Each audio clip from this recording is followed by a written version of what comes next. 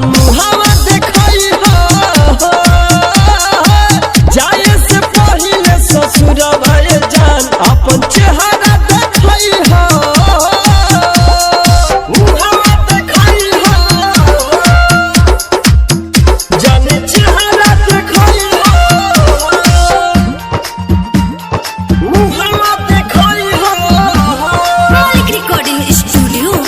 गोपालगंज। जाए के पहले ससुरवा जान अपन मुहावा देखाई हो जाए के पहले ससुरवा करे जान चेहरा देखाई हो ना खुशी के तोहरा होश बा लगे किस्मत के हमारा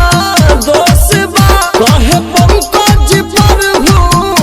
ना हो दूर चल जाइबू इहे अफसोस बा इहे अफसोस बा ना खुशी के तोहरा होश बा लगे किस्मत के हमारा दोष बा कहे सचिन अक्षय मुन्ना दूर चल जाइबू इहे अफसोस बा सुते जब जई हो देखी हो सपनवा तो हमरे के पाई हो जाए से पहले ससुरवा